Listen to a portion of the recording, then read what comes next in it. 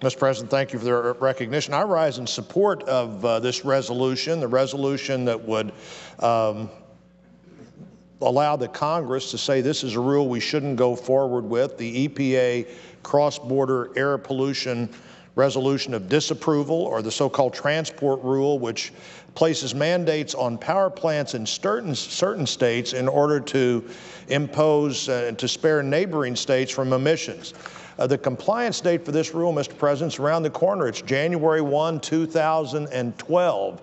It's an extraordinary time to comply with a rule that the EPA just issued in July. 6 months to look at so much of the electric transmission capacity of the country doesn't make sense to me, and I think won't make sense to utility bill players once they get their utility bills. The Clean Air Act says that states are usually left to decide how best to meet new EPA rules, including decisions about compliance time. By mandating this arbitrary deadline, the EPA will only put more pressure on job creators who are struggling to make ends meet as it is. Another upcoming mandate from the EPA is the so-called utility MAT rule, or a rule that deals with mercury. The combination of this transport rule and the utility MAC rule can be devastating for our economy. In fact, the combined effect of these rules will cost Americans 1.4 million jobs by 2020, according to the NERA economic consulting study. 1.4 million jobs. And where will those jobs go, Mr. President? They'll go to some country that cares a whole lot less about what comes out of the smokestack than we do, and the problem gets worse, not better. These two rules will cause electricity rates to skyrocket over 20% in some regions of the country. Now, we all remember the President's comments at the San Francisco Chronicle in 2008, where he said under his policies, electricity rates would necessarily skyrocket.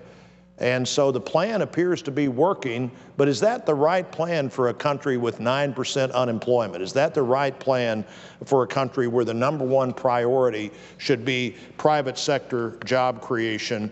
I don't think so. Congress roundly and soundly rejected the House passed, at least the Senate rejected, and this Congress would reject the House passed cap and trade idea that came from the administration. Now the EPA is trying to circumvent the will of the legislature by imposing cap and trade results with things like the transport rule and, Mr. President, the utility MAC rule. Unfortunately, these burdensome regulations will have the impact the President predicted. They will raise utility bills. Higher electricity rates means a higher cost of doing business, and there's no doubt those higher costs will be passed down to families across America. There's no doubt those higher costs will cost jobs.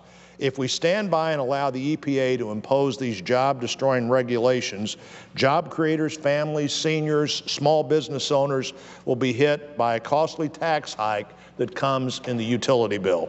We shouldn't allow this to happen, and I intend to vote for this proposal that would say this is not going to be a rule that becomes law, and urge my colleagues to do the same.